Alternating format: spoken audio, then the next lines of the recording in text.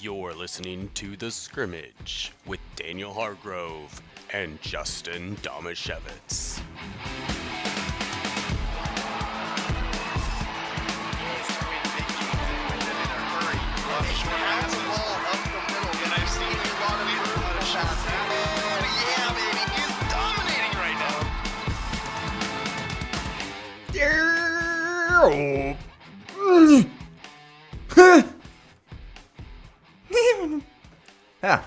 Good to be back. Hi. All of us back. It's neat having both of you guys I here. know. What's My that about? favorite.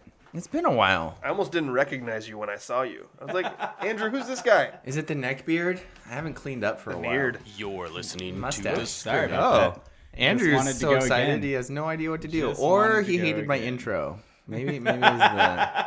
Let's do it over. Ooh. We'll do it live. Oh, wait, it's already live. We're hosed. So I'm a little distracted right now. Oh, that's funny because I was also distracted. Yeah. Because I tweeted something earlier to ask a question of one of our local basketball teams, and they just responded. And so I was trying to type in what I got as a response. Ooh. They responded? Yeah. People respond to you? He's a pretty big deal on Twitter. That's true. Nobody responds to me about anything. Raymond High School. There we go. Their athletics department, social media, is on point. It's the best. Yeah. Like they have so much information in there, and then there was one game where they like posted the score, but there was no stats, and I couldn't find the stats anywhere. So I just literally responded to their tweet, and then they got back to me with, "Here's the stats you asked for." That's awesome. Yeah, it was cool. I mean, I heard at one point that Tenino was doing a really good job of tweeting during the football season. Yeah, they did. They did. But then there was one game where they were losing, and all of a sudden they just like went dark. It's like, whoop. Well, Ooh. yeah, that's fair. Yeah. I would also only tweet if we were winning. That's why I always tweet about this show, because we're always winning. Oh, I'm doing the intro again. I thought you were Sorry, trying to yeah. fart. You know, do you have to try? I feel like if you have to try to fart, that's when it gets real dangerous. I just looked at you and you had kind of a fart face. Like that. Yeah. Yeah. I think That we is a should move off the dangerous game, topic. though. That is a dangerous game. It's a very dangerous Yeah. game. Nobody wants to lose that game. It's risky business. I don't know what we're talking about today, but let's get We were talking about What? fooping. I don't know. You know what we're going to talk about. Let's get it going with the 2-minute drill. Let's go, hurry up! Gotta hurry. Hey, 2-minute situation, 44 seconds, hand the ball to ref. Gonna do it right. 3 jet Buckeye, don't worry. The 2-minute drill starts now. Would it be the Tinneril? Can you combine 3 words? Yeah. Tinneril? What are you The combining? Twinneril? 2-minute drill? Oh, yeah, okay. The Twinneril. You guys are I very like it. Dallas Cowboys-ing this up. Okay, the Seattle Seahawks quarterback Russell Wilson dominated the precision passing portion of the Pro Bowl skills competition this week. Justin, does this prove that Russ is the most precise passer in the league, especially since he was actually only competing against one person Well, who I was a think quarterback? it proves that he's 3 times as precise a passer as Mac Jones. Yeah, get out of Because here, he Mac. more than tripled up Mac Jones' score. But when I first saw that headline, I was like, oh, that's really cool. And then I clicked on the link and I watched the video and I was like, there's only 2 of them. Yeah. So Russ's performance was really impressive. But even more funny than that was Mac Jones and how bad he was. And he was trying to hit those ones in the back corner. And then he realized, I suck at this. And he started just throwing darts at the shorter ones At for the one one- point. at the one And then when he pointer. threw the last bomb at the end, he had a real, shouldn't have had that popcorn moment. Because he walked away from the last throw and was like, oh, that wind really hits different. Yeah. Like, oh come on, guy. You just suck. Russell just did the same thing you did, but literally more than 3 times better. Yes. The Oregon State Beavers men's basketball team currently are in last place in the Pac-12 with a 1-9 record, 3-17 overall, after advancing to the NCAA Elite 8 last season. Yeah. Daniel, what happened? Apparently Evan Thompson's real good. Real good. Isn't it Ethan? Ethan, yeah. Ethan Thompson. Ethan Thompson. Yeah, real good. Real good. Yeah. Because that's pretty much the only change. He is real good, though. Yeah. Is he playing in the NBA somewhere? Because just based on this alone, he should be like an all-star. Yeah. If he just gets a chance. Just give him a chance. Real good. Like Gary Payton Jr. right now actually having success. Just give him a chance. That was the difference between both the teams for Oregon State that saw lots of success and then sucked the next year. One, Gary Payton Jr. left. Now Ethan Thompson left. It's so painful. Dude, you have no idea. The scores pop up on my phone and I want to cry every time. Speaking of college hoops, Justin, your North Carolina Tar Heels were annihilated by Duke yesterday, 87-67. I wish an Oregon State game was that close. At the Dean Dome in Chapel Hill. What happened? Well, in a way, this game was atypical because it's the first home game the Tar Heels have lost this year, and they've really been dominant at home. On the other hand, it was very typical of what they've done this year because every time they play a good team, they get stomped. So I can't say it's shocking. I can say it's very disappointing that it feels like this collection of talent should be putting a better product on the floor than they are. I'm also trying to keep the perspective of they're actually still pretty good. They have a good shot to make the NCAA tournament, although they are kind of on the fringes of like a 10 or an 11 seed. And I'm just hoping that they can find some success down the stretch to go into the playoffs looking good, feeling good. What are these playoffs you speak of? The Elite Eight. Oh. The Seattle Seahawks reportedly will promote defensive line coach Clint Hurt to defensive coordinator. Hurt has been with Seattle since 2017 and also carries the title of assistant head coach. Daniel, this is not a splashy move by the Seahawks. Is it the right move? Well, aside from the fact that he's got a great name for defensive anything in the NFL with Hurt, I don't like this move one bit. Don't like it. He's real big, though. Don't like it. He's a large human. Big, scary-looking dude. I wouldn't tell that to his face. Yeah. But I don't like it. Don't like it. Don't like it. Sorry. Don't like it. Don't like it. Why don't you like it? I got I distracted. don't like it because I wanted new. I wanted fresh. Not somebody who's been in the system that's sucky for the past however long. Like he's been a part of the problem. Right? Yeah. Like- You cannot look at the last several years of defensive line play and go, oh, but that unit has been outperforming this otherwise And then- lackluster defense. And then the argument against that is like, well, who's he been coaching? Like, isn't it the players? Like, maybe if he had good players. And I'm like, you really he's not going to get better players. And I'm like, are you really telling me that the assistant head coach who's in charge of the defensive line has no input at all as to which defensive lineman they're going after? None. Zero input. Zero input in the players that that they're playing and that they're picking. No, he's a part of the problem. So hopefully this, I don't know, Ed Donatel guy in his senior position, whatever that means, hopefully he can bring some fresh perspective, but I doubt it because he's just going to be lumped behind people who are already there doing the same thing. And maybe the only thing that I can hope for, this is what I'm hoping for in this situation, is the last 2 years, the defense has been trash. And then Clint Hurt's been like, hey, we should do this instead. And then it's gotten good. Maybe that happened. But I'm not that hopeful for it. But maybe that happened. What do you think about it? I think... Am I taking it too hard? Am I putting too much blame on a coach who's been there? I was disappointed only because the name Gus Bradley came up early in conversations. And I was like, oh, that would be cool. Yeah. But he technically still has a job. Yeah, I know. I always thought that was weird. Yeah. Everyone's like, oh, Gus Bradley. He's still working. Yeah. But he may, I mean, if whoever the Raiders' new coach decides that he wants his own coordinators, he may be out of a job. And that's what people were saying. And as soon as his name came up, I was like, oh. And so now I feel like pretty much anything else that happened was going to be disappointing. Yeah. It's generally what happens when a head coach takes over, right? Like it's notable. Oh, you mean that they bring in their own staff? Yeah, it's notable if a head coach is hired and doesn't bring in his own coordinators. Yeah, absolutely. Good point. Yeah. I mean, they'd be wise to keep him because I think he's good, but Yeah.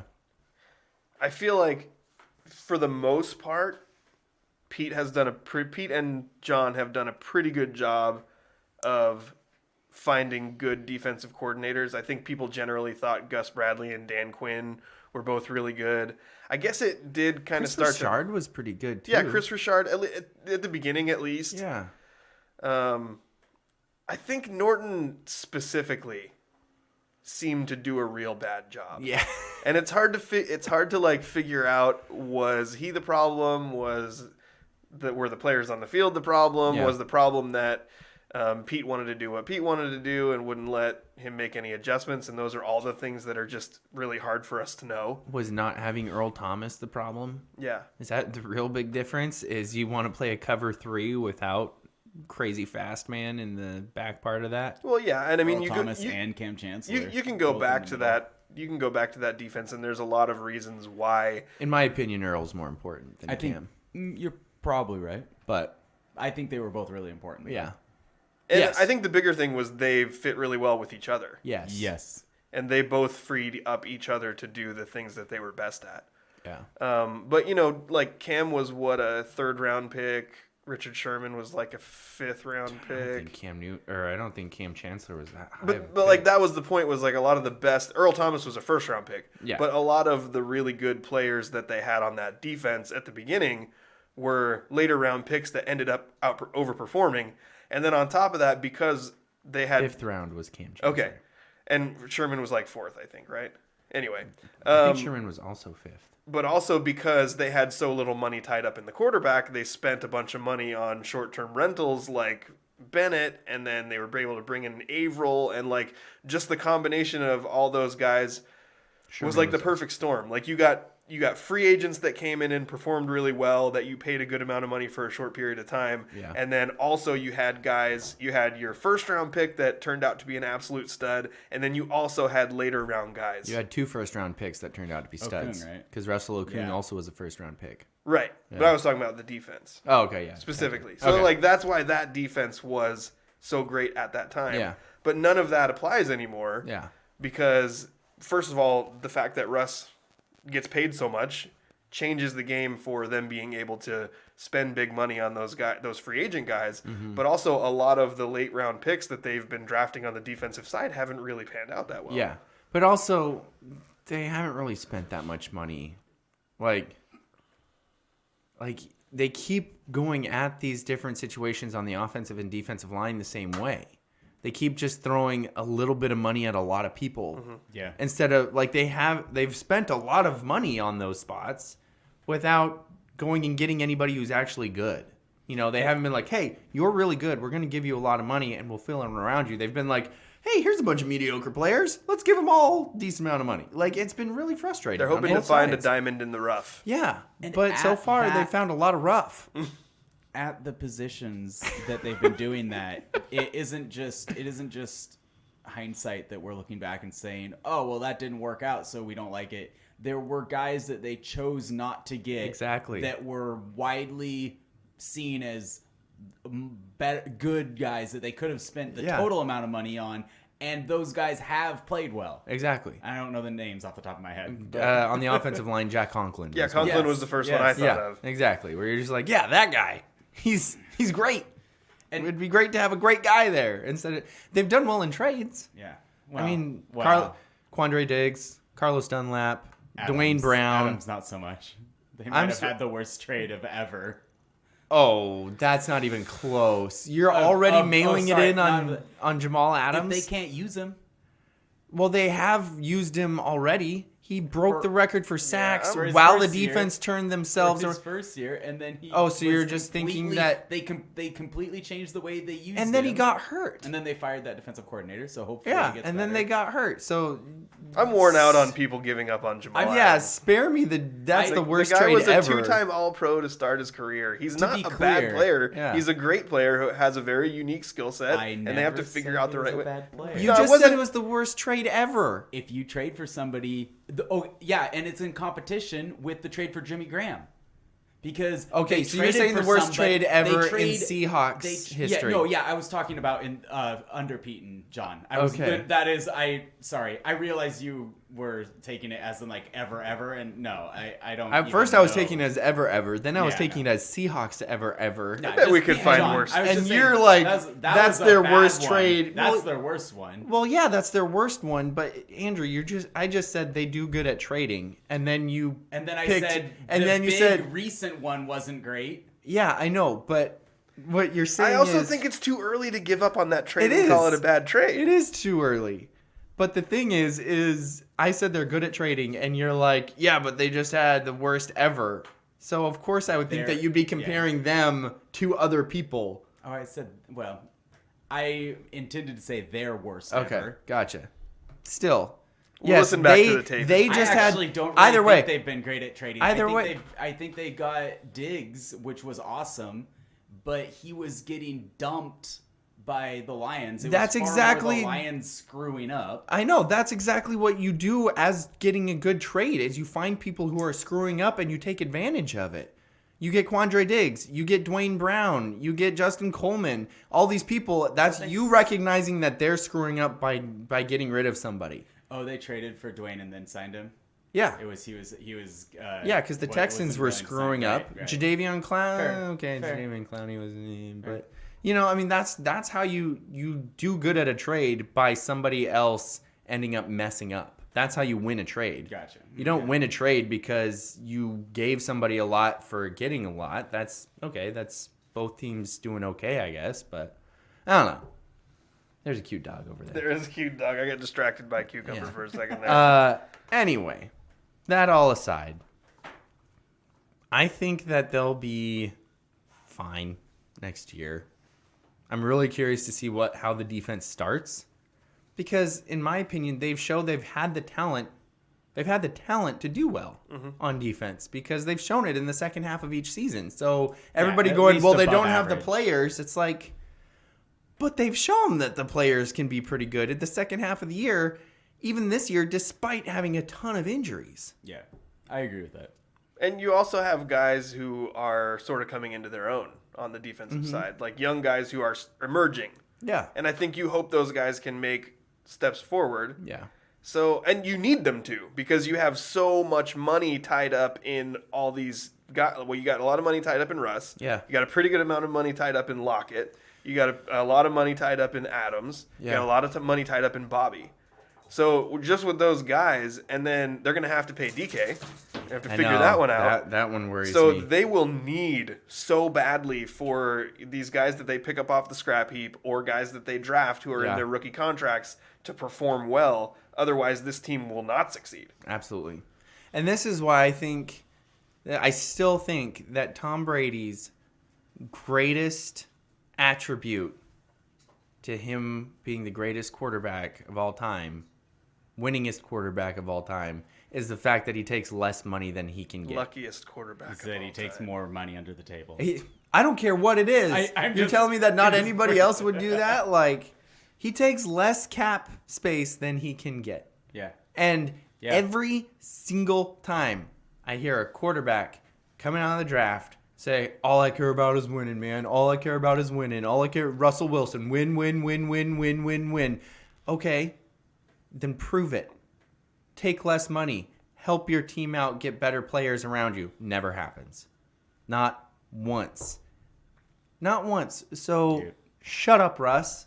I don't ever want to hear you say, all I care about is winning. Wow. Because you don't. Shut up, Russ. You never proved it. But what about you his- never Coming put at your me money for What where about giving his up on legacy? Adams, and you're giving up on Russ? Legacy, I'm not giving up Daniel. on him, but he's a liar. But he needs to every shut single up, quarterback. and he's a liar. You're Every not giving up on him. every single quarterback that has said that lied.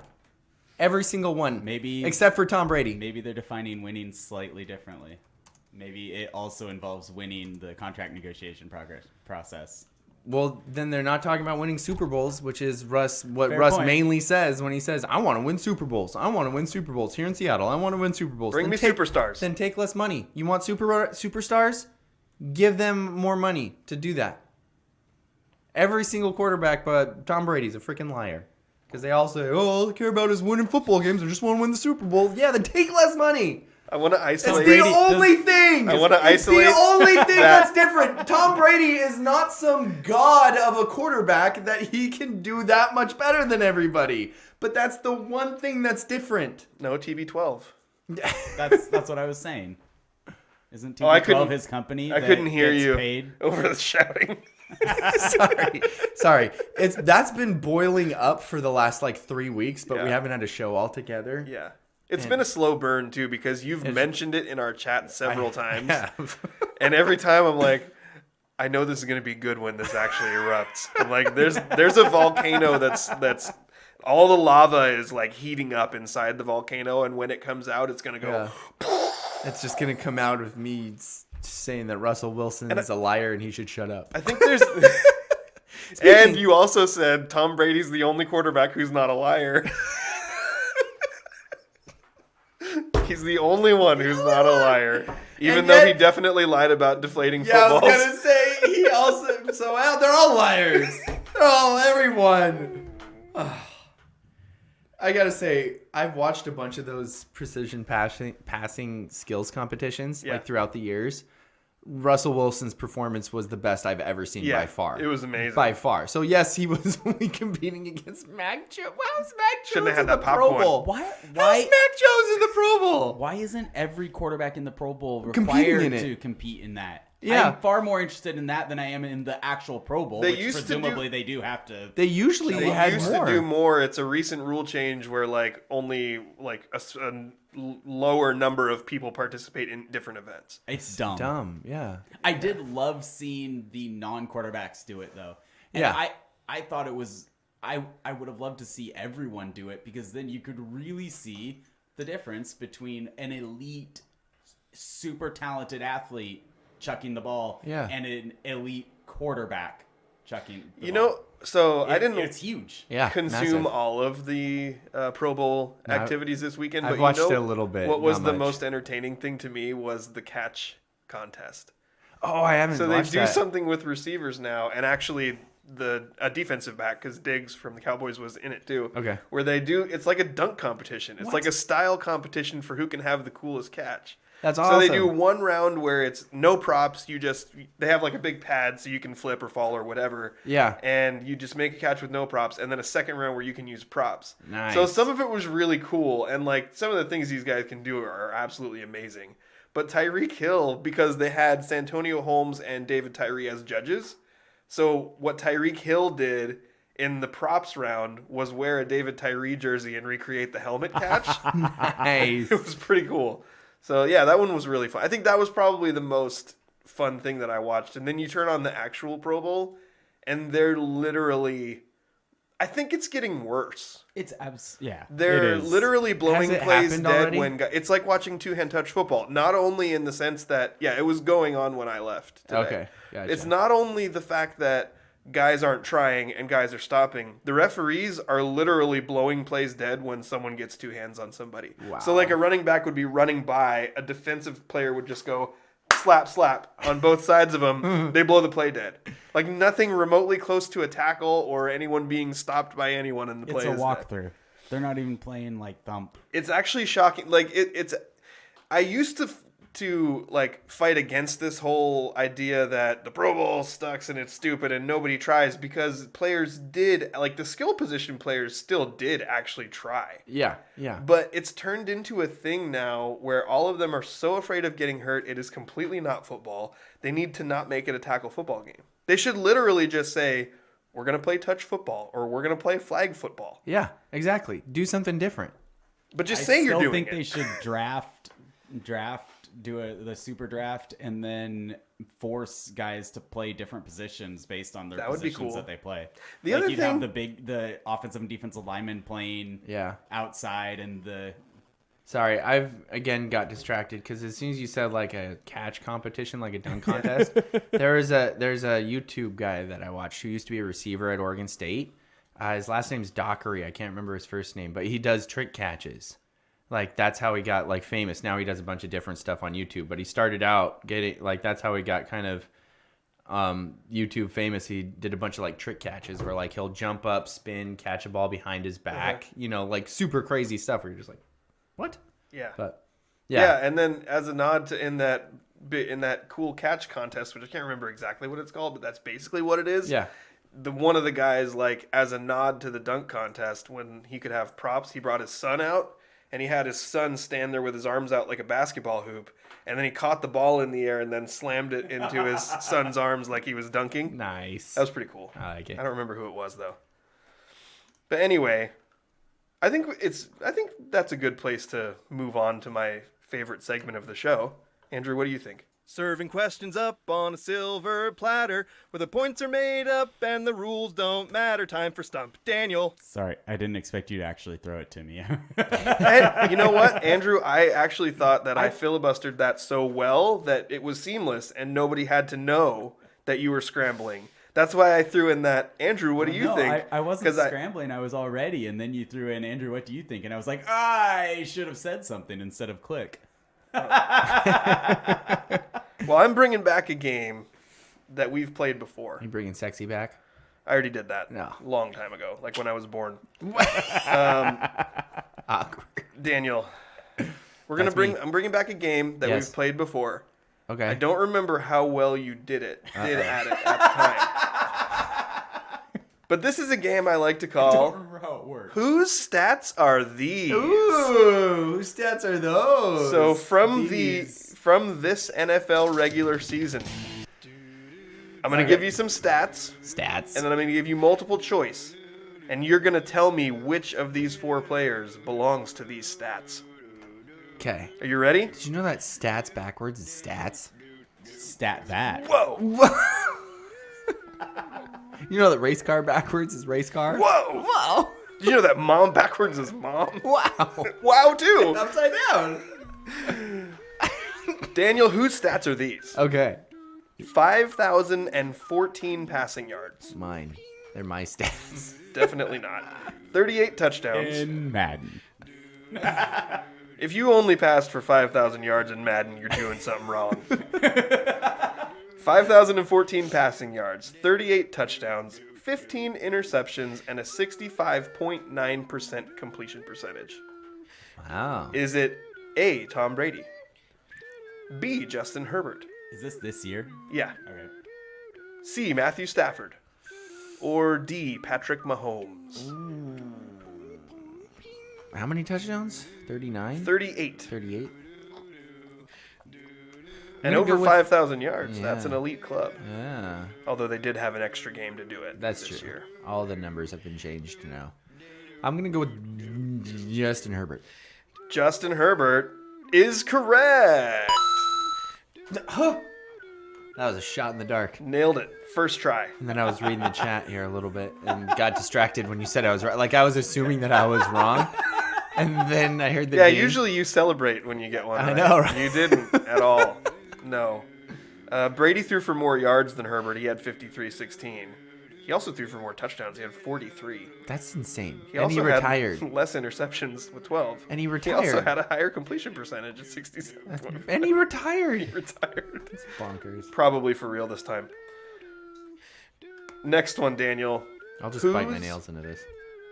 Whose stats are these? Whose stats are these? 1,259 rush yards, 8 rushing touchdowns, 5.5 yards per carry. That's a lot of yards per carry. Is it A, Nick Chubb? The Chubster. B, Joe Mixon? He's mixing it up. C, Najee Harris? I couldn't think of one. He's not your Harris. Or D, Ezekiel Elliott?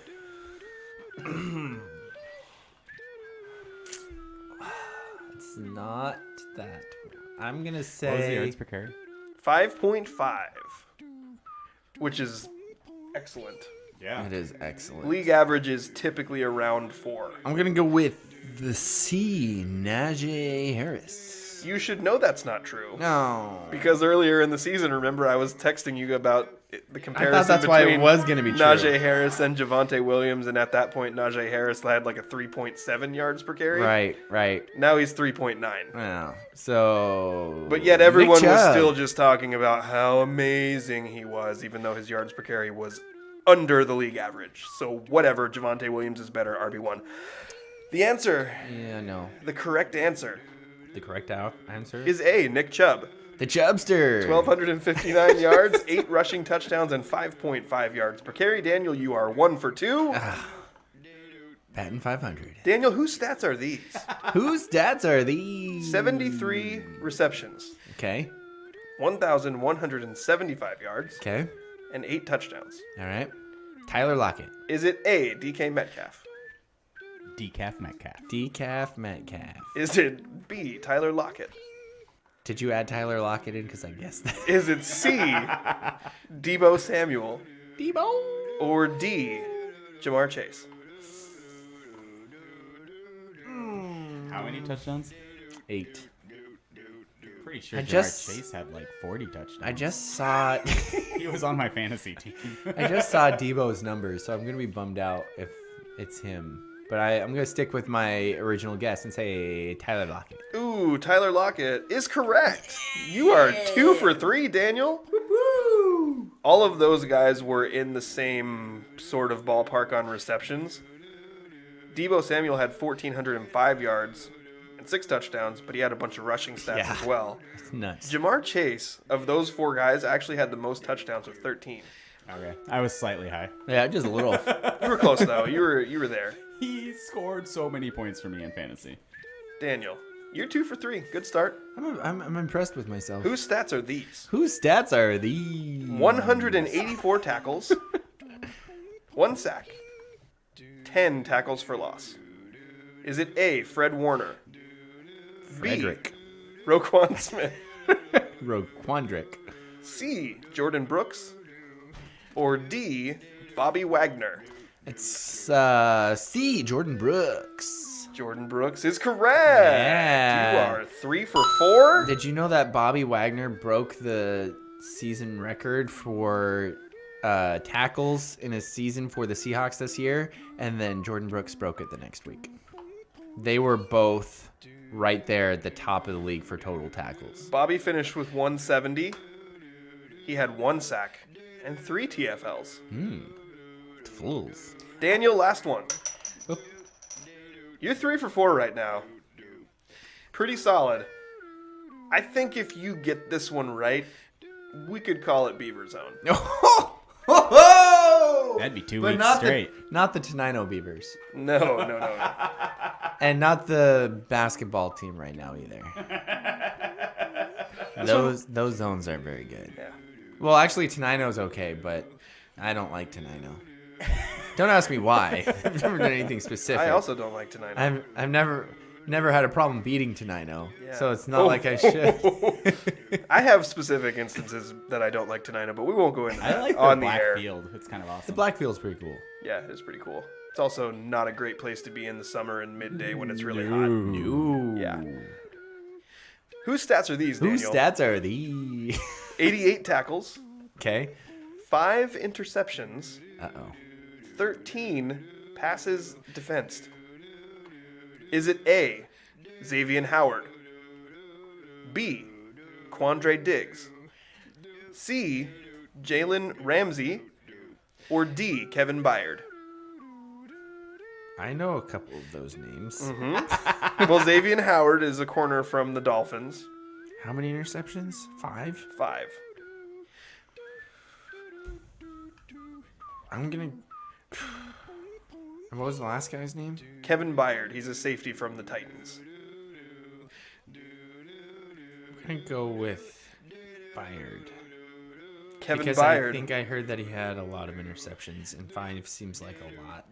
Kevin Byard is correct. Yes! 4 out of 5. Beaver Zone. Reason to celebrate.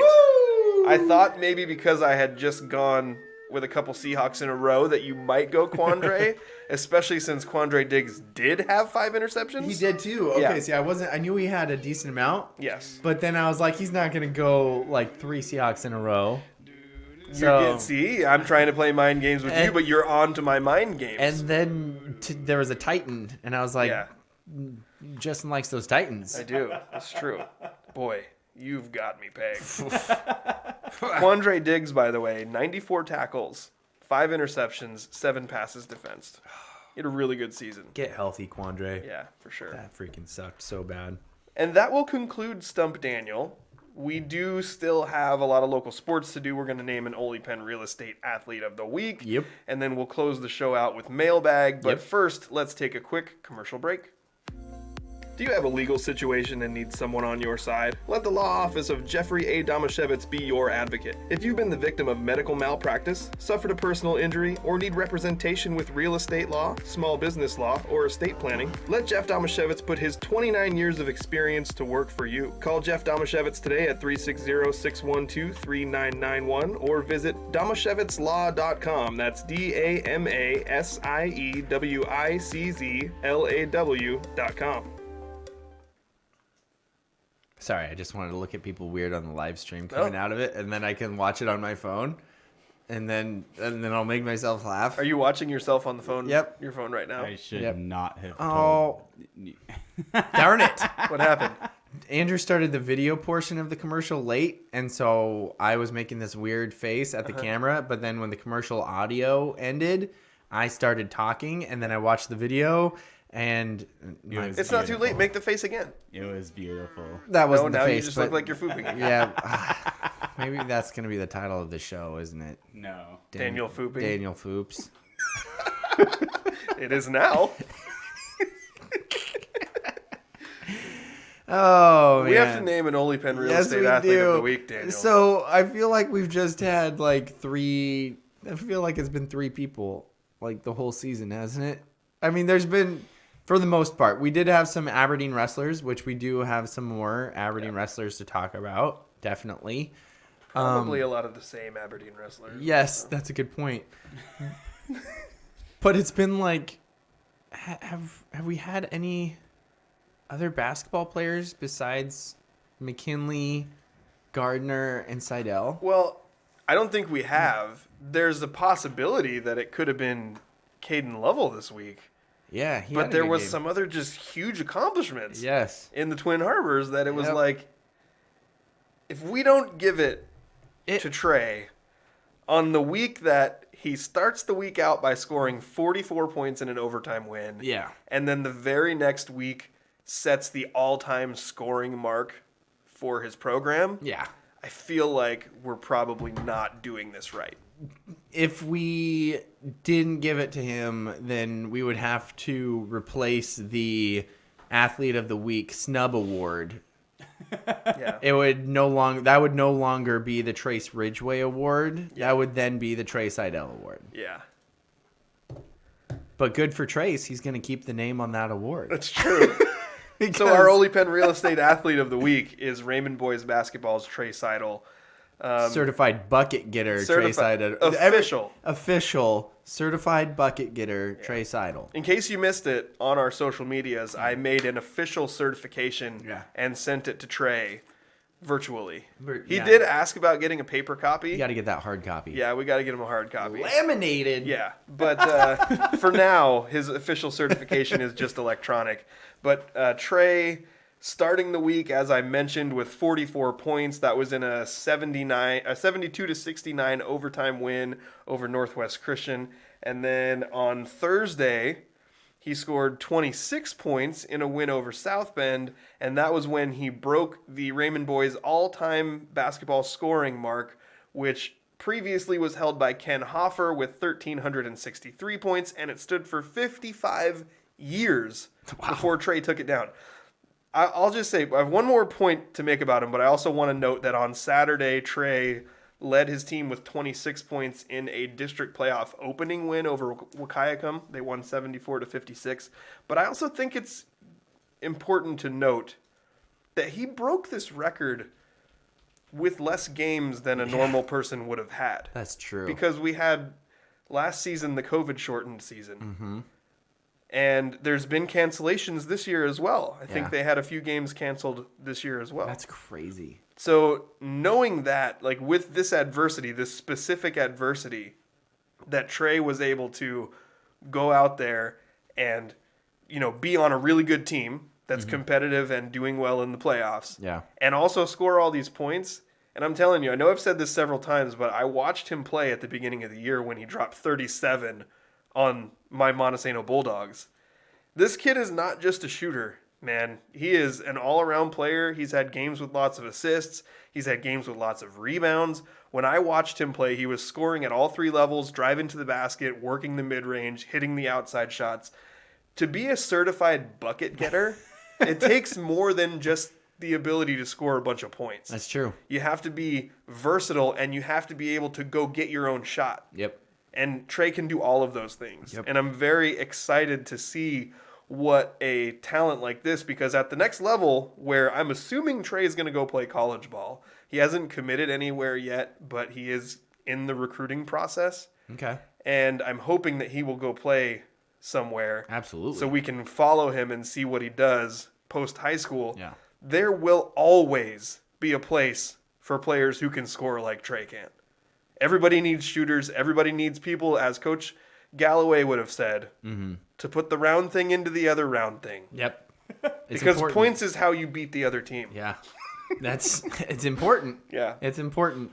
Man, it makes me think, how many other certified bucket getters, like now that we have that certification process, which is a highly vetted process. Yeah. By the way, it's highly vetted. Yeah. I said it, and then I made the certificate. And I thought it was cool. Yeah. That was, yep. Yeah. And Andrew didn't say no. Exactly. So all those things kind of combined, and it was like, wow, we just did it. We created Exactly. our own process Yeah. for certifying a bucket getter. Yes. It makes me wonder who else might have, like, because Oh, I haven't Jack seen. Adams. That's what Jack He's was the the guy I first name think that of popped first. into my head too, because he also scored on all three levels. Yep. Okay, so I'm glad I'm kind of tracking with you because I haven't seen Trey Yeah. play, so I was kind of okay. Well, who could I think of? So Jack would definitely be one. I would go Adam Follett next, probably, from Aberdeen. That's another good one, yeah, because he was not just a shooter from the outside. And to be fair, there's a lot of kids that played locally that I haven't really seen play. Yeah. So there's definitely possibilities that there are a lot of certified bucket getters out there that I just don't know. Yeah. But those are the players that come to mind first for me. Yeah. Some good stuff. Yeah. Now I'm gonna have to be on the lookout specifically for bucket getters. Yeah. Yeah. So we can certify them. I mean, we got to certify some others. I mean, we can't only have one certified bucket getter, but right now we have the inaugural. It's an exclusive award. It is a very exclusive. It will club. now, We want from this point on, it will be known as the Scrimmage's Tre Seydel Award. it. Every year we'll name a certified bucket getter. We'll call it the Tre Seydel Award. Oh, and who would have thought? Like coming into this year, I had no idea who Tre Seidel was. Yeah. I would have thought that if we were going to be talking about a Raymond player constantly, it was going to be Kira Gardner. Yeah. And we've talked about We've her talked a lot. about her a lot, A too. lot, yes. Yeah, But we're going to talk about her again in a minute. yeah, absolutely. All right, that's our Ole Pen Athlete of the Week, Tre Seydel, certified bucket getter, breaking Raymond's all-time scoring record of 1,363 points, which stood for 55 years. Well done, Trey. All right, let's get into the local sports roundup.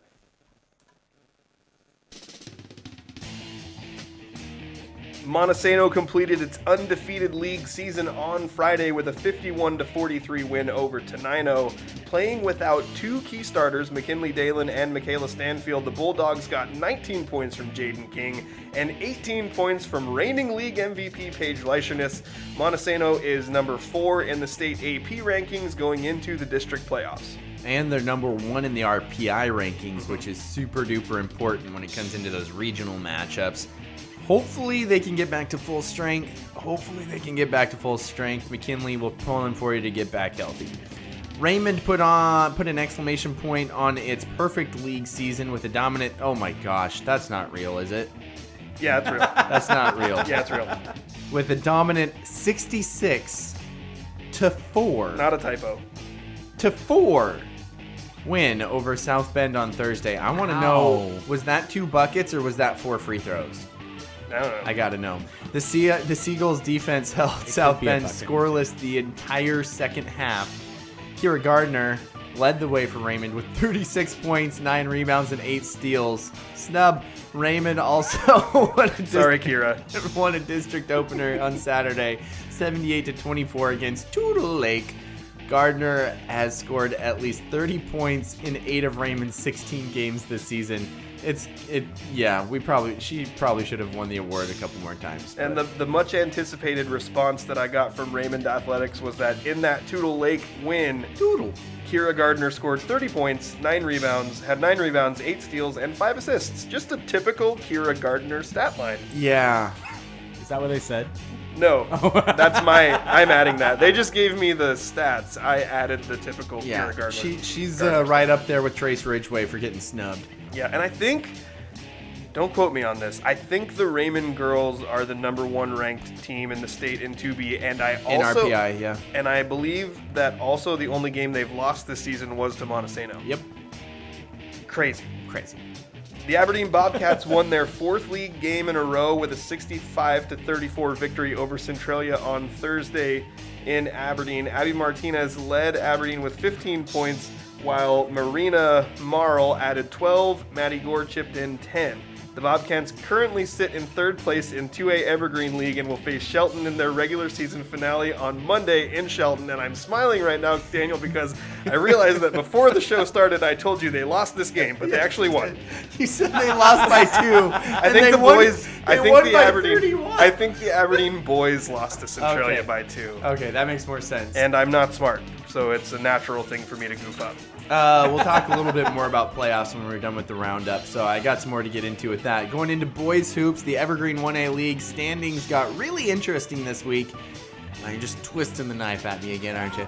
As Montesano finished its league season with 2 straight wins, moving from last place in the standings to 3rd place and into the district tournament. The Bulldogs, who entered the week at 2-3 overall with a 1-5 in league play, defeated Hoquiam 58-52 on Monday, then topped Tenino 46-37 on Thursday. Caden Lovell led Montesano in scoring with both games with 20 points on Monday and 18 on Thursday. Tice Peterson also scored in double digits both games, 14 on Monday and 12 on Thursday. Elma lost to Eatonville and Tenino last week, but still finished 2nd in the league with a 4-4 record behind undefeated Eatonville. Tenino will be the 4th seed from the Evergreen League in the upcoming district tournament. Hoquiam finished 2-6 in league play and will not advance to the league playoffs, to the district playoffs. And I think that ends probably a 12-year streak. Yeah, I want to talk about that a little bit, actually. Ends a 12-year streak, I believe, of trips to the district tournament. Anyway, that's going to... Oh, wait, are we... I thought we had... yeah, okay, hold on. Where's that wrestling thing? I forgot to type it in. We saved it. Wrestling, the 7-time district champion Aberdeen girls wrestlers. Let's go. They had 8 finalists and 5 champions. The district champions for Aberdeen were Madeline Machowick, Allie Scott, Haley Wilson, Regan Portman, Kaya Roundtree, and Katie Gakin, which I'm now realizing is 6. Not 5, like I just said. Yep, that's 6. Second place finishers. Well, it said 5 up above in the tweet, and then they listed 6. I spent so much time vetting the certified bucket getter process, I forgot to vet this process. Second place finishers were Emerson Yakovich, Felicia Bell, and Amon Chima, and a third place finisher as well, Claire Modinger. Great job by the Bobcats winning that district championship. Little shout out down to the alternate down at the bottom, Asha Martin. First year wrestling, going to the regionals as an alternate. Awesome. Great. Know her, so congratulations, Anna. Did I say Anna? You said it's Asha. Asha. You said Sorry, Asha. It's the first Asha. time. The first time. Then you said Anna, and then you went back to Asha. Yeah, there we go. Anyway, that's the local sports roundup. Justin. So we rounded this up, but let's talk about the way the 1A league Do we want to start with boys or girls? Let's do girls first. We'll finish with boys. All right. So in girls, Montesano finishes league undefeated. Yeah, that's great. We kind of expected it though, right? Like coming into this, we were unless Eatonville showed up with something we didn't know about because we didn't see him last year. We were expecting Montesano to kind of run the table. Great team. Mm-hmm. They're number 1 in the RPI, which, the 4th in the AP, number 1 in the RPI, whatever. They're really good. Well, the RPI is the one that really matters. The RPI is the one that affects the playoffs. Exactly. Matchups. Now, the district tournament is taken into effect, so they could drop, even if they win all their games, if somehow that formula changes, they could drop maybe a couple spaces. But if they win their 3 district games, like I'm hoping they do, Yeah. win the district championship, don't lose a game, then they should be top at least 3, I would think, in the RPI. Now, what that does is when I'm looking at the different teams, that number 1 ranking is actually pretty important because in my limited research, looking at the teams, the caliber of team from that 8 seed that they would play if they're number 1 in the regional round to the 7 seed, there's a big difference there. Like, I looked at the 8 seed and I was like, oh, Monty would roll that team. And I looked at the 7 seed and I'm like, they play in a really tough league and they're pretty good. So there's a big difference there. Either way, they're in an excellent chance to get into the double elimination portion of the state tournament because it's kind of a wonky tournament now. You have that weird regional round where you have 16 teams, the top 8. It doesn't matter if they're already kind of in a different double elimination tournament. It's weird because if you're in the top 8, you can lose, and then as long as you don't lose your next game, then you advance to another double elimination format. But if you're in the bottom 8, if you're 8 through 16, if you lose the first game, you're out. And if you that's the Thank stupid you, part. WIAA. Yeah, if you lose the first game, you're out. Then if you win that one and lose your next game, you're still out. Wouldn't it just be so so much dumb. better If if they could just come up with a format where all 16 teams could play in a double elimination tournament? What? No. Inconceivable. Inconceivable. I think they already had that. Yeah. Oh, yeah, they did. Then they screwed it up. Yeah. Anyway, so it's important, but this is a Montesano team. I think even as long as, I had this whole thing coming into today about how I was so excited because I think that they're a team that can trophy. I finished maybe top 4 in the state. Like, I feel that good about this Montesano girls basketball team. It gets sketchy now because we don't know who's all's healthy and how healthy and all that.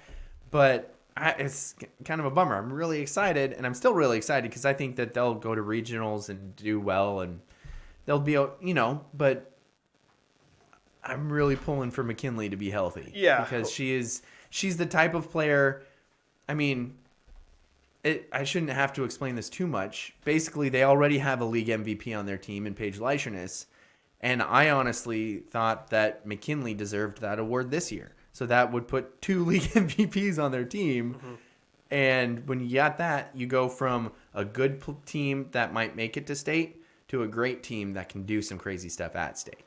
And they have good supporting players around those two as well. Exactly. It's not just those two. Michaela Stanfield, who as a sophomore has really kind of burst onto the scene and performed really well. Yeah. She missed that game because of COVID protocols, but the timeline is good as long as she's healthy to come back for the district tournament and shouldn't be a problem. The big question mark is McKinley's. Looks like a knee. Not sure. Yeah. Not exactly positive what happened. We know she hurt herself in warm-ups. Yeah.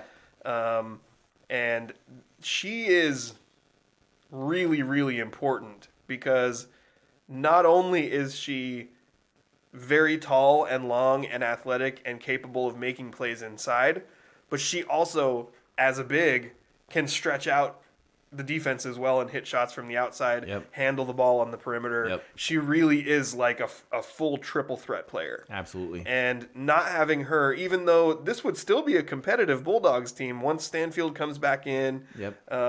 Without Jaden King is really Jaden good. King. Vanna Prom's really good. Maya Young had a really good game. Also very good. On Friday when they beat Tenino shorthanded. Mm-hmm. So they have other good players and they'll still be competitive, but McKinley is like the element that puts you over the top. Exactly. Like you're talking about, this is a team that could place at state. Yes. This is a team that could bring home a trophy. Yep. And a player like McKinley with other really great supporting players around her is the one who gets you over the hump. Absolutely. Yeah, and we've seen it with other teams in the past. Sometimes you're like, wow, this is a really great cast if they just had this other, that one thing that puts them over the top. Anyway. I actually think even just with Montesano girls, they've had that team before and just ended up with garbage regional matchups that take them out of the playoffs before they get to state. Yeah. Like the years of Jordan Spradlin or the Megan Choate team, that those were really good teams that just got hosed by the WIAA's terrible system. Yes. and they have partially rectified that system now. Yeah. Partially. It's a step in the right direction, Yep. but I think the WIAA will probably take a step back Yep. instead of taking another step forward. Yep. Most likely. I would, you're right, which really pains me to say it, but I could definitely see them going, oh, you're right, this regional round's dumb. We're just going to do an 8-team state tournament. Yeah. And you're that going to be would like, screw you guys. Yeah. We're forming our own association for high school sports in Washington. The Scrimmage Association, where we know all of the things that are right. We'll call it the TSHSWA, the Scrimmage Washington High School Association of Dodgeball of America. Oh, okay. Did I get that right? Yeah, nailed I think it. I nailed it. Then I wanted to also That's a look lot of at letters. the Aberdeen Bobcat basketball team, the girls basketball team. Holy crap. Rachel Wenzel has done an amazing job as the coach of that program. This is a team that first of all, this is her first group of seniors that have had her the entire 4 years, and she's made it in the playoffs. And not only has she made it into the playoffs, but they're the 3 seed in a team with, in a league with more teams. So it's not like they're 3 out of 5 or 4 out of 5. They have a winning league record. I think they're like 6-5 or something. Yes. Yeah. Maybe even 6-4. I can't remember. But either way, like, I went and covered games her first year and the year before that, and you could tell that there was some major coaching that needed to happen, right? Like, there were some kids who had not been brought up in a system of, like, how to play basketball. And I remember talking to her at that time, and she was like, it's going to be a battle, but, we're working with kids at the youth level. We're trying to grow kids up. We're trying to really work on the fundamentals and get things down. And 4 years later, they're in the playoffs, and the only teams that they didn't beat in league are Tumwater, which is like, I want to say they're the number 1 ranked 2A team, and then Chehalis, which is ridiculously good with like a couple of college players on their team as well. Like, there's Tumwater and Chehalis, and they're at one of those, ridiculous levels, which we kind of see with football too. I don't know what's going on with those schools, but somehow they're recruiting violations. Yeah, they're really good at athletes. But then you got Aberdeen, who's competing with them and getting in the playoffs. And I can't be more excited about this Aberdeen girls team and what they've done. And I watched them play against Rochester the other night. What a fun group of kids and a fun brand of basketball that they play. Like, I am so excited that they're in the playoffs, and I hope that they can find some success in the playoffs. They got a tough matchup.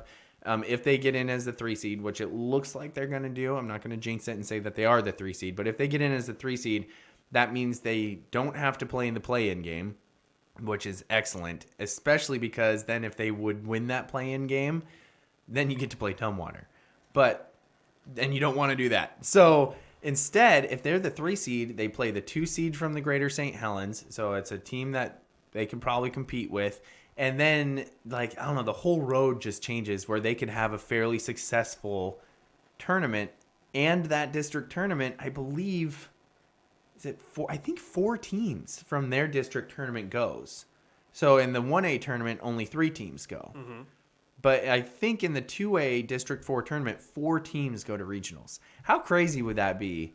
Like, from where that program started off when Coach Wenzel took over to then in just 4 years. Like, that's amazing to me. It's absolutely I think also amazing. just the way that they've competed this year based on our expectations from the beginning of this year. Yeah. Because we knew that, hey, this team's getting better and this program is building. Yeah. But, you and I talked about who at the very beginning of the year, it's like, who are the teams that we're likely to be following once the playoffs hit? I don't remember Aberdeen girls being prominent in that conversation. No. So they have really not only performed exceptionally well, performed significantly above the expectations that I had for them, and I believe you had for them as well. So, I mean, I think it's a big shout to overall team culture and just a lot of hard work that's been put in. Absolutely. And that's another team as well. I mean, we talk about, they got Maddie Gore, who's really good, and Abby Martinez, who's proven to be a scorer, which I knew that she was a good kind of fill-in player from last year, but it seems like from the stat lines that I've seen, she has really become one of their prominent scorers. And who else did you mention in there? Marina Marl is a starter for him as well. And then, Fimisone. I think Jalen Fimisone plays really good. And then they just have there's Martinez and Gore, who are kind of like their lengthy players. And then they just roll a bunch of athletes who play guard. Just roll them in. There's a couple of twins. Tro, I'm assuming they're the little sisters of Andrew, who plays for the boys team. But I think Annie and Zoe. Yeah, and you just roll down, and they just keep throwing these kids in. There's a Knutson out there. There's a ton of kids. There's a Knutson out there. Well, I'm sorry. It was funny because in the Rochester game, there was a Knutson on the other team, too. And my brother grew up playing with a Knutson, so it's a fairly recognizable. It's always a fun game name. when there's a Knutson in there. Anyway. Yeah. And I kept expecting there to be a drop off, with one of the kids, because they went deep into their bench, and I never felt oh yeah, there's the drop off. They kept rolling kids out there who knew what to do, who knew their role, who knew how to be successful on the basketball court, and it was just super impressive. Yeah, agreed. Anyway, and now, it'll be really exciting to see how that team advances, and they still have one more regular season game because they play Shelton on Monday, and then they'll be going next weekend into their district tournament. Yep. I think. Are you done with them? Yeah, or I'm done with girls basketball. I think the way the boys' season ended is really crazy. Yeah. Because this was a Montesano boys team at the beginning of the year. They were getting crushed. They lost to North Beach by 20 plus points. They were looking terrible. And the guy who was their head coach at the beginning of the year had a health problem, had to step down very early in the year.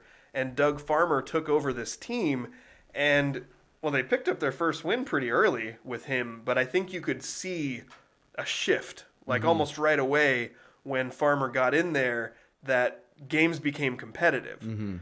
And I know I've said this to you off air. I'm going to go ahead and just say it on air. I feel like I've watched this Bulldogs team a lot.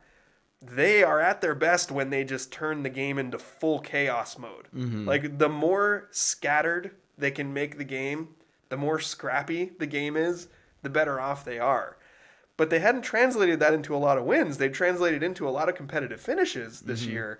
And then this week, going into it knowing you only have one league win, there was actually, I had talked to my son early in the week, and he told me he wasn't even sure if they were mathematically still in it at that point. And I was like, I pulled up the standings. I was like, no, you still are. You guys just got to do this and this.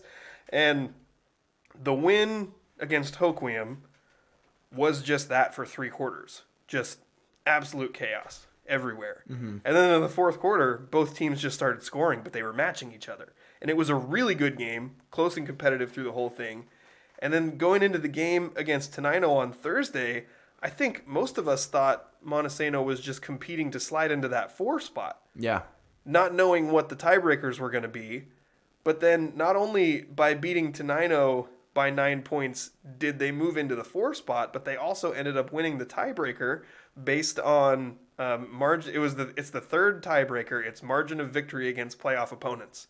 And by the margin that they won, I don't know what the exact numbers are, but they were able to take that tiebreaker as well to become the 3rd seed. Wow. So jumping from the 5 seed to the 3rd seed with those 2 wins, and I do think that's interesting, and for Montesano it's a good story. The other side of that is just what happened to Hoquiam this year. Yeah. Because, as you mentioned, it breaks a long streak, and I don't know how long the streak is, but Hoquiam is always in the playoffs. Right? Always. And for me, it's rough because we talked about expectations at the beginning of the year. My expectations from what I saw at the end of last season, from what I saw from Hoquiam, was a team that was building. And they got some talented kids and some really talented scorers, really, really talented scorers on that team. And to not see that turn into wins in league was kind of surprising to me, especially after watching Tenino recently. I didn't see anything too special from Tenino. They start 4 freshmen. Yeah. And Takari Hickel. Yeah, they start 4 freshmen in Takari Hickel, and the first kid off the bench is also a freshman. And then they have a junior who's kind of goofy who plays as well. That's the 7 guys that they really run with. And I'm like, man, what happened? And it does seem a little weird. And me as a Hoquiam guy, it means more to me. And I know it means a lot to those kids, and it sucks. And I know that feeling because I was part of a senior class that broke quite a long streak of making it to the playoffs too. Like, it's painful. And we had an excuse built in. And our excuse was it was the first year that a bunch of bigger schools dropped down into 2A. And so we were in a completely different league.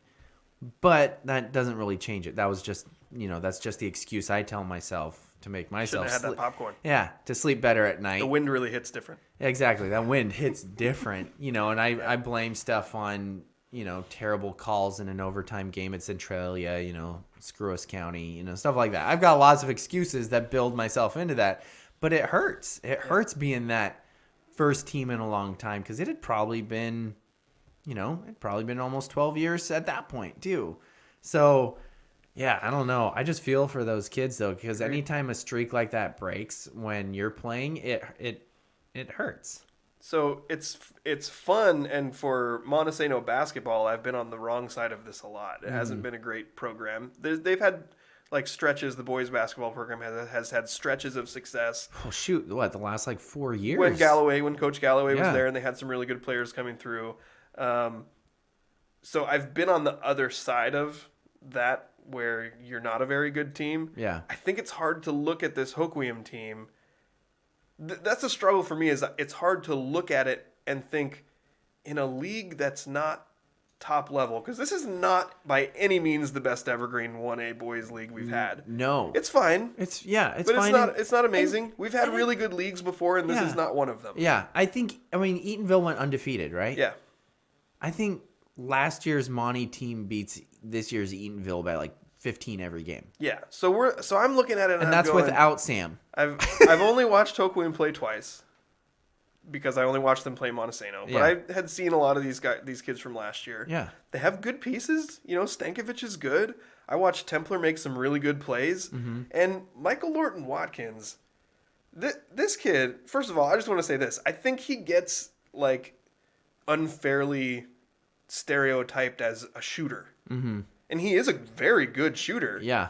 But that kid has bounce. Yes. And when he gets up to the basket, and Daniel, you pointed this out to me in one of their games, and once I started watching for it, it is absolutely true. His body control when he's in the air is amazing, and he does such a good job, no matter what's happening around him or under him, of focusing on the rim. Yep. That he's an excellent finisher on the inside as well. Absolutely.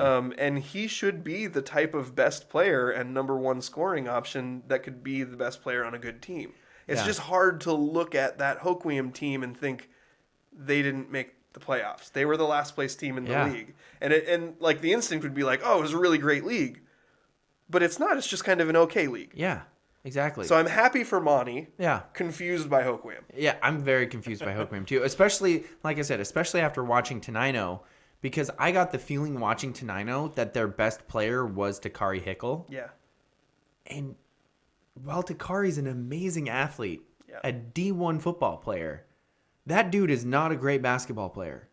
He is big and strong, but there was a couple times where it looked like a football player playing basketball, where he went to the basket, pretty darn open lane, and threw the ball so hard at the backboard that it went ricocheting back to, you see that happen sometimes with football players. I'm not taking anything away from Takari. He actually played a really good game defensively and rebounding, and he did the other stuff.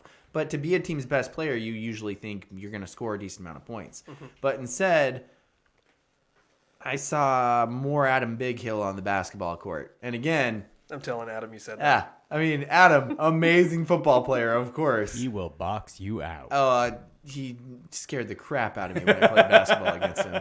But, that's the thing is okay, you look at Hoquiam, and like you said, Michael Lorton Watkins is an excellent scorer, and Stankovic has the ability too. It's so hard for me to see, okay, I watched Hoquiam play and I watched Tenino play. How is one of those teams in the playoffs and the other one isn't? I don't know. It's weird. I'm totally with you on that. Yeah, I think weird. If I had to describe my overall feeling about Hoquiam boys this year in basketball, it would just be confusing. Mm-hmm. It's just hard to... Yeah. It's hard to figure it out. Yep. Hard to put my finger on exactly what the problem was, but season's over. Yep, exactly. And there wasn't so that's the one thing about this. There wasn't a bottom dweller when the season's over, because although Hoquiam ends up out and Tenino and Monty end up in the 3 and the 4 spot, they only were one game better. Yeah, exactly. Usually you have one team, and usually it's Tenino, that wins 0 games or 1 game. We're just picking on Tenino a lot. Not a big fan. I gotta say, I'm about to be a huge Takari Hickle fan. Me too. Like, I'm gonna root for that kid. Come for sure. Come football season, he's gonna be an Oregon State Beaver, man. Yeah. I'm gonna be so jacked. Yeah. Get in the jersey. I feel also like, I feel in a way like, even though Montesano football, look at you, Tenino. Montesano's football team lost to Tenino this year in that game when their starting quarterback and a bunch of other people were out. Yep.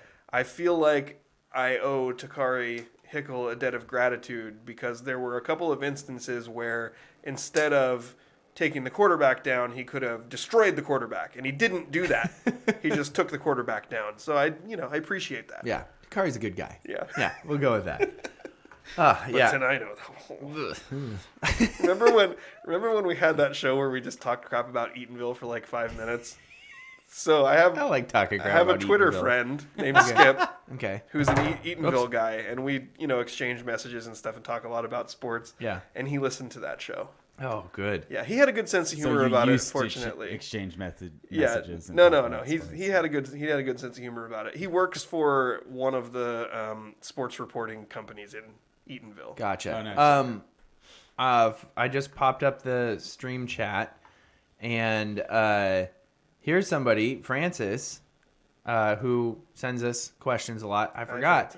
He would know about Hoke Williams' basketball team, and he said injuries played. And so that's something that makes more sense. Having not seen, he said injuries played. He also said that as a team, sometimes they could lack effort on defense. So that's coming from someone who knows the team a little bit better. So if you guys have a problem with that take, Francis said mine. it wasn't us. Yeah, we were just confused. But injuries, that's definitely something that, if they got hit harder by the injury bug than some other teams, then that could absolutely play a big role in it. Agreed. All I know, I just want them to get back. The nice thing is they're a fairly young team. The unfortunate thing about this conversation, too, is that Elma gets completely left out of the conversation when they were actually better than both of the other local teams. Yeah. But it's because they were in second, and they were in second no matter what. So we don't need to talk about them, because even though they lost both of their games this week, their place didn't change. Yeah. But I am going to be covering them in their first playoff game. I'm going to head to Elma. First time I get to see their boys play this year. I was supposed to see them earlier. There was a COVID cancellation. They were supposed to play Aberdeen. So now I get to see them in the first round of district. So that's another thing I want to talk about real quick is, so for the radio station, a lot of times for the playoffs, we'll kind of pick a boys and girls team to really glom onto for a big run. This year, we're pretty much glomming on Monty's girls, and then I'm just going to piece together, teams from the other side of it, because there's not really like a local team unless I went down to Raymond. But even Raymond, there's better teams in their league. So for boys, yeah. So we're glomming on to Monty's girls team for their state playoff run. There's been talk between me and another broadcaster about how cool it would be if we could possibly go to Spokane to see Raymond's girls play once they get to state, but that much tougher work in progress there. So we'll see, but just know that we do really want to see Kira Gardner play. But then on the other side for boys, or for those off nights, because they play every other night. Elma, we're going to cover the Elma boys, and then I'm hoping that it works out, and I think it will, that the next off night I'll be covering the Aberdeen Bobcat girls, because 2A is on different nights, and so I think that'll work out. And then after that, we'll see if Elma, Monty, or Hoquiam boys are still in, or maybe Aberdeen girls are still in, and we'll figure it out from there. But Francis has doubled down, all capitals, lack of effort on defense. Whoa, Francis. Caveat, the only thing he was really good at was defense, so that's what he watches more intensely. Hey, I'm right there with him. Francis, me and you, that's the only thing I was good at too. And so that is something that I really notice, especially specifically. I always look for Francis. I always look for one guy to be able to slow down or stop the other team's best player. And I haven't seen that since, oh boy, when was the last time I saw a player who did that? I would say the last time, this is a long time ago, Austin Flock was the last time I saw a player locally who shut down the other team's best player. And Austin Flock was better at it than I was because he didn't foul people either. Did he pick up any texts? He didn't. He also didn't pick up text. That was another thing that I did. But yeah. Anyway, so I think that's going to do it for our local sport. As one final side note, okay. Anybody local who's interested in seeing Kira Gardner, because we've talked about her a lot, but she plays in Pacific County. The Raymond girls are playing against Rainier. It's a second round district matchup, and it'll be on Tuesday at 7:30 in Montesano. So it's a neutral site. But that way people who live close by could actually go watch her play. Yes. To see that she scores 30-plus points literally half the time, but also stuffs the stat sheet with assists, rebounds, and steals, and everything else. Yes, absolutely. I've got to see her play once so far. Go watch Kira play. She might be our next official bucket getter certification winner. Who knows? Yeah. Unless we only do one a year, then sorry, we already used it up. The Tre Seydel Award? Yeah, the Tre Seydel Award. All right. We got some ridiculous and interesting mailbag questions coming up. But first, let's take a commercial break. At Ole Pen Real Estate, we have solidified our foundation on 4 core values. First, we continuously focus on growing our knowledge in the market and in our practices to bring the highest level of competency to our clients. Second, we provide a high level of integrity, compassion, and kindness in every aspect of our business. Third, we put the human element above business through humor, enthusiasm, and patience. And last but not least, we proactively respond to the needs of our clients. Our mission is to create a personal real estate experience, one person and one home at a time. With Ole Pen, it's personal. Thank you again to our sponsors, Ole Pen Real Estate, the sponsor of our Athlete of the Week Award, and the Law Office of Jeffrey A. Domashevitz, the sponsor of our Stump Daniel section. Fun show so far today. I was kind of wondering how it was going to be since, there's not a week of football. We just got the Pro Bowl. Skills competition. Russ. 3 times better than Mac Jones. I think we should switch it to the Fooping Bowl because it is bad. The Pro Bowl is not good. Maybe they should just give the awards and just cancel the game. It's better than what they're doing. Yeah. I'd like to see competitions that are not related to pretending to play a football game. I think the skills competitions are fun. Yeah. They kind of similar to what the NBA does in their NBA All-Star Weekend. They have all the 3-point competition and the dunk and all this other stuff. And again, I'll say this. I've been the guy who always pushes back on, the Pro Bowl's a crappy game. Nobody tries. But it's gotten progressively worse every single year. Yep. To the point where today's game was unwatchable. And is it really that much of a difference between... Gosh, it has to be for this to have happened, right? Is it that much of a difference between basketball and football, injury-wise, that people can go out there and play fairly hard basketball and not worry about getting injured? But how long does it take you to recover from a basketball game? Oh, just okay. Not all week. I think it's because basketball... I see what you're saying, but I was thinking more injuries because this is the Pro Bowl. They don't have to they're recovering for 8 months after this. Yeah, but I'm just talking about I would argue that a lot of basketball players would be injured if they finished a basketball game in the state that every football player finishes a football game. You don't have nearly the amount of heavy hits.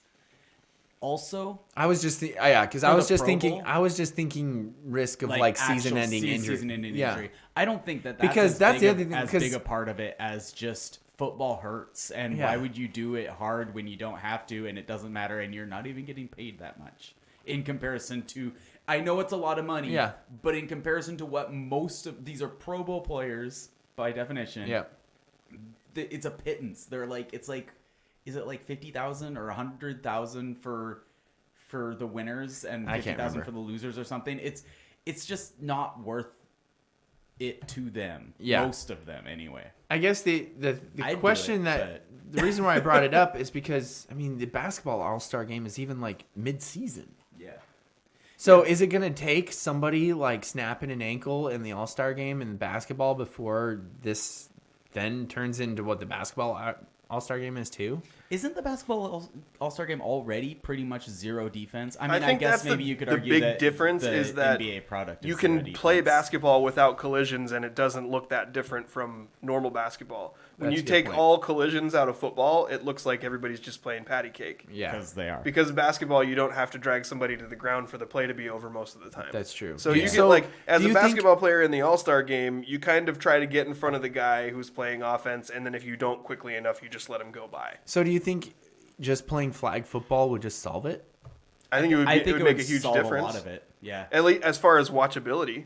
Because who wants to watch what happened on the Also- TV today? I don't. Yeah. Also, flag football without pads, you would end up with the receivers making spectacular plays, like truly spectacular plays. Because you think like it's the athletes. So then we athletes just- that can make amazing plays with pads on. If you take pads off of them, it's incredible. Yeah. I mean, you know that. Yeah, I was surprised Yeah, by he's one of how- them. I was surprised by how hard it was to make Yeah. plays with pads on when I first put pads on. Yeah. It was weird. And a helmet. You can't see very well in the helmet. I didn't like that. So in that sense, would you just let the lineman chill on the sideline and like Are we talking about what I really want to see guys mixing up the I would like to see a flag football tournament where it like a super draft style where they'd start with captains like 8 teams, captains, and have a tournament going all day.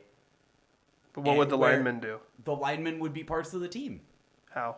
oh, so because you're going like 10 different teams. So Yeah, you're saying I'm the saying, like, linemen I- become wide receivers? Yeah.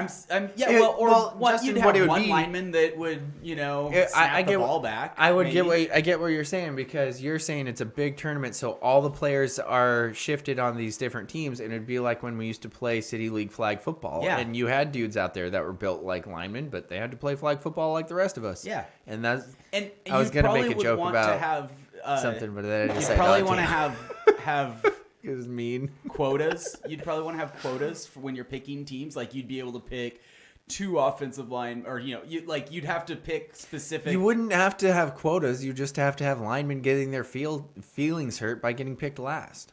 a whole team of linemen. Oh. That's what you would need. Yeah. Make one of the captains a lineman.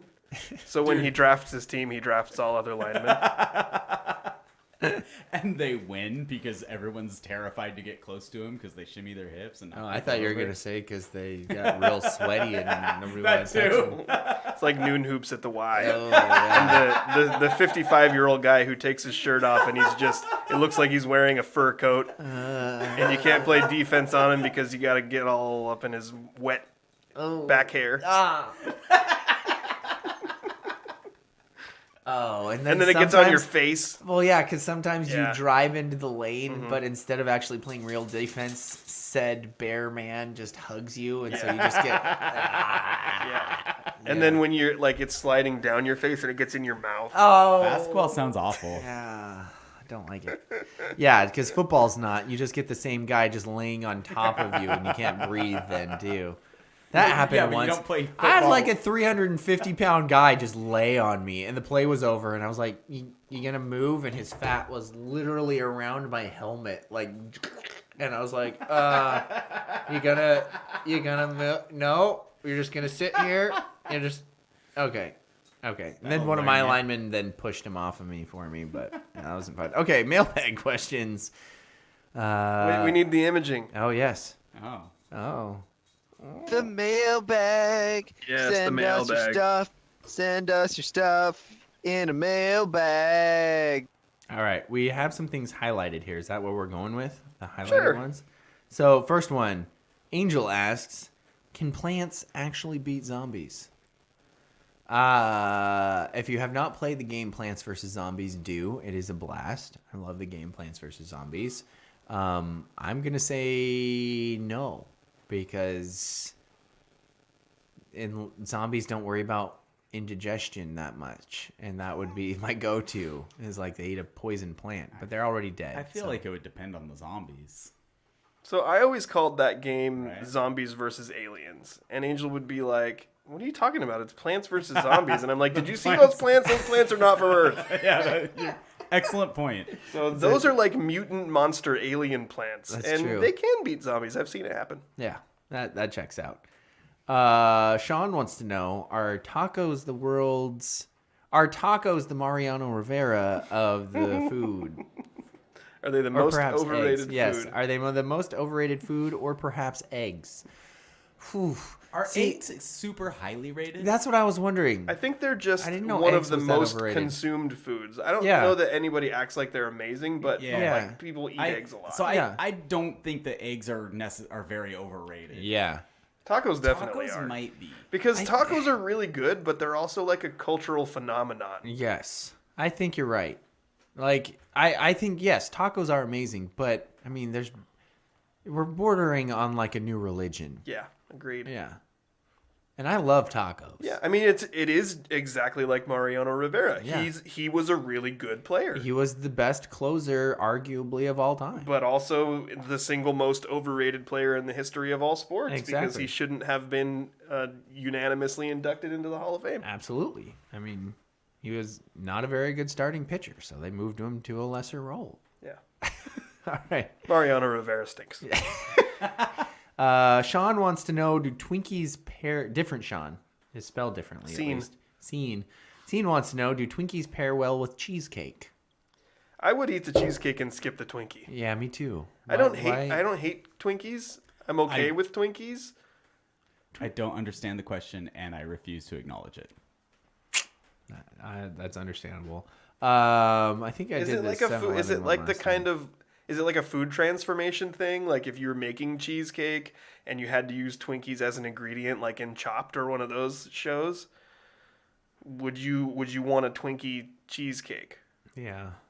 I think I wouldn't. I wouldn't. I would eat it. I mean, Well, yeah, it's I like, Twinkies aren't bad. Well, let's They're put just it this not way. good. If I had other options, would I choose that? Like, would I choose Twinkie cheesecake over strawberry cheesecake? Heck no. I'm choosing just strawberry. But is the Twinkie cheesecake on the share table at work? I'm going to eat it. Yeah, me too.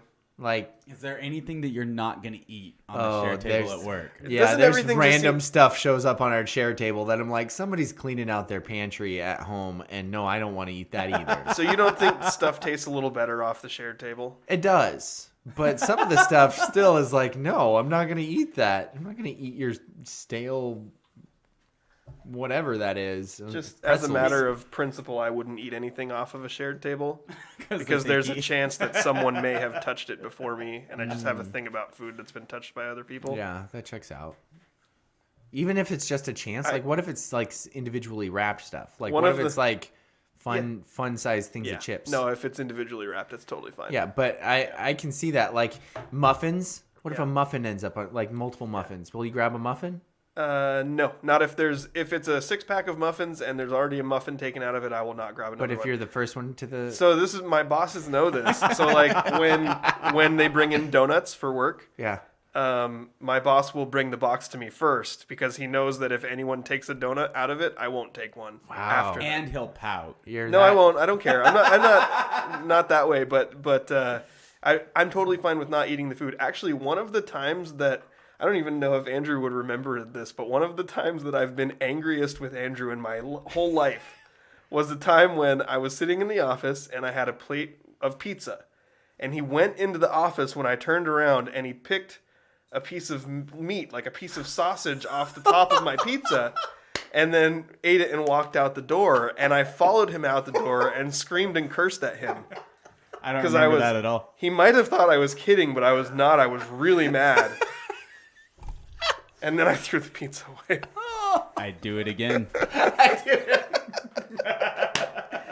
That reminds me, I'm sad because it's February now, and I was sick during my birthday, and my work always does something for people's birthdays, and it used to be cake, but recently I found out that I could order whatever I wanted for my birthday. So the last few years I've gotten pizza, but I was sick for my birthday, so I didn't get my birthday pizza.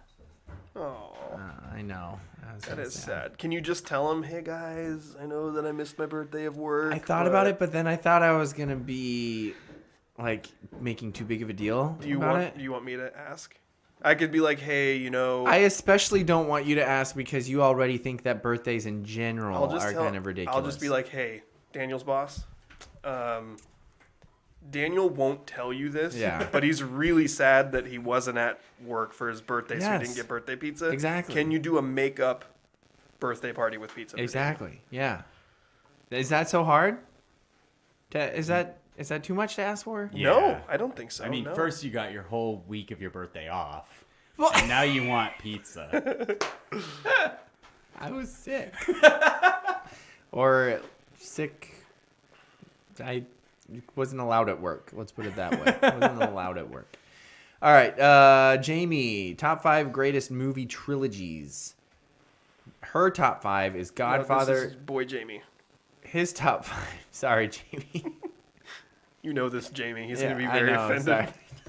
sorry. I'm going to send him a message right now that says Daniel thinks you're a girl. No. The last name wasn't on it. So Jamie's top 5 Jamie's are... top 5 is Godfather, Toy Story, Star Wars, Hangover, and Back to the Future. Hangover has 3 of them? How did Yeah. that happen? I'm gonna disagree with this, but I could give Honorable let's just mentions poke to Indiana holes Jones in and Pirates of the let's Caribbean. just poke holes in Jamie's list. Yeah, as Andrew said, honorable mentions: Indiana Jones, Pirates of the Caribbean. Does Star Wars count as a trilogy when there's like 6 billion movies? You have now? to specify which Yeah, Star Wars trilogy. yeah, so I'm there's assuming an he's original going- trilogy, a prequel trilogy, Okay. and the new trilogy. So the original assuming- trilogy is the one that I watched when I was a kid. Yeah, And the and that was the prequel good trilogy one. is episode 1, 2, 3. Yes. Which I watched one of and didn't watch any after that. yeah, Smart that choice. wasn't a good one. I'm gonna say the original Star Wars is number 1. Indiana Jones. No, I'm gonna go original Star Wars. I know, and it makes me angry too because I just watched them again. Lord of the Rings number 2. Even though yes, I was very upset about a couple of different things in Lord of the Rings. You but were? still, What things? They destroyed one of my favorite characters. Oh. And there's a very questionable scene where they kind of ruin another one, Spoiler too. alert. Yeah. Are there 3 Lord of the Rings movies? Yes. Oh, okay. Yeah. But yeah. those didn't make Jamie's list. No. So I'm going Star Wars, Lord of the Rings, and Lord of the Rings would have been 1, but if they didn't screw up Faramir's character. In the book, he's awesome. In the movie, he's an idiot. Anyway, and then Frodo makes a stupid decision. That's frustrating too. Indiana Jones, I'm going to go with, they're going to be number 3. And I like that he mentions them as a trilogy because that leaves feel out like the there's- 4th one. Okay. Because the 4th one, I was gonna ask if Are there only 4? I Yeah. think there's a billion Indiana Jones. no, there's movies. only 4. There was some kind of offshoot, like young Indiana Jones things, but I think those were like made for TV, like public thing. I don't know. I saw I'm commercials super on them one. Not into Indiana Jones. Toy Story. There's definitely more than 3 Toy Stories. No, wait, are there? Yeah, I think there's 4 Toy Stories. Now. I'll At least look it up 4. right now. Well, obviously he's only talking about. I the first haven't 3. seen Godfather, but I heard. I mean, everybody says Godfather's amazing, so I feel like even though I haven't seen it, like it's probably up there. but it's not one of your top 5. I can't even think. Yeah, of there's trilogies 4. are There's rough 4 Toy Story movies. because I'm gonna go ahead and put Die Hard and Die Lethal Hard. Weapon both in there, and I know that there's more than 3, but I don't care. I'm only counting the first 3.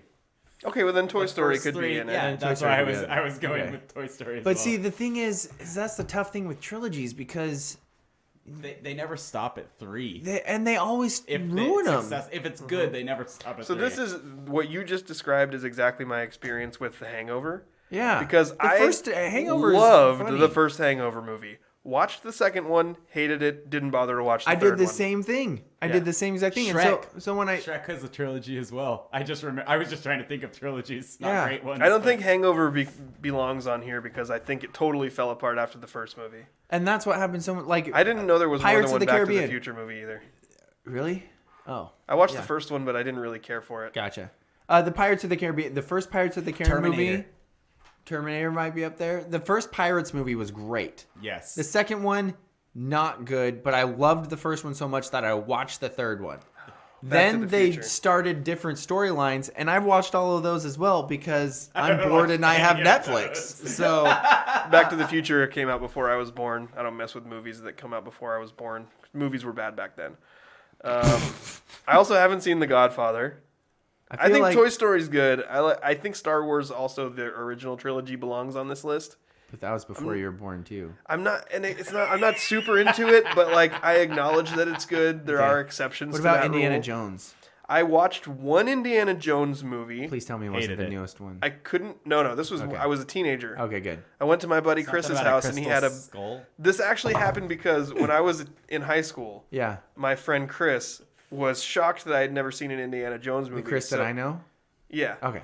And he had a little party at his house and invited a bunch of people over so we could watch an Indiana Jones movie. Yeah. It was terrible. What? It wasn't good. Which one was It it? was whatever the first one was. Oh, It's probably too long and slow for Justin. which Boring. is It was hilarious. boring. Yeah. That totally makes So You I've have never such a- bothered to watch Totally an makes Indiana sense. Jones movie There were after words that. in it. In my opinion, the first three are good, and the third one's by far the best of the three, which is kind of different for trilogies. Normally, the first one's good, and then the rest is kind of a mess. But In a good, well, this is arguable. We don't need to get into huge. In my opinion, in a good trilogy, the middle one is always the best of the three. If the whole trilogy is good, because that's the Empire middle Strikes one's always Back. the best. for story reasons. The middle one always ends up being the best because it doesn't have to. It doesn't. Wow, have, they really cocked it. I mean, they really messed up the new Star Wars Right. trilogy then, because Yeah. the middle one was the worst. Right, well, and Shut up. just briefly. Is my sister still on the chat? I want to hear what you her were favorite going show for is. there. the middle. What middle about whatever? what about the Mighty Ducks? There's a, you Is know that a what? That was sequels that were I didn't actually know that good. there were trilogies. I didn't know. There I was think more they than might have one. actually made The four. the second one was Well, really we've good. established that doesn't matter. Yeah, you should just take the first three. The second one was really good. Was the third one where they were in high school? I'm a little. I fuzzy watched on the first details. one recently. I showed my wife the first Mighty Ducks movie Yeah. recently. And I think the second one is when they're Team USA. Yeah, the second one's Team USA, And then the that one's third awesome. one is when they're older. The second one's my favorite. Yeah. The first one, I just watched it, and it was fun. It held up. Yeah. But also, they totally are jerks in that one. Like, Coach Bombay uses some, like, loophole rule to steal a kid from another team just so he can Daniel beat got the other triggered. team. I was like, whoa. That's a recruiting violation. Well, basically, you were saying that the district Is maps that the got one where he moved. steals banks from them? Yes. Okay, yeah. And I was like, yes, the other team's kind of mean, that but was you're better. you're being mean to this poor Banks He was just kid. following the rules. Francis says wasn't something a being loophole slow rule. for Justin is hilarious.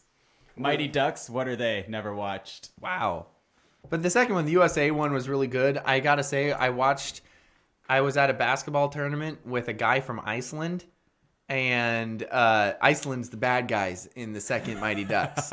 And we were always like, Emmy, what are they saying? And he's like, they're saying who's the best? Iceland. Like, that's all they're saying. And it was like everything. It was like super benign stuff. He's like, would you guys stop asking me this? think This that is was a stupid line- that Iceland's the bad guys. One of my favorite lines. Should have been from, like, well, why were you so bad? I think that was from Parks and Rec. I want to say somebody says something to Andy about going to Iceland. And he's like, bad guys from Mighty Ducks 2? No thanks.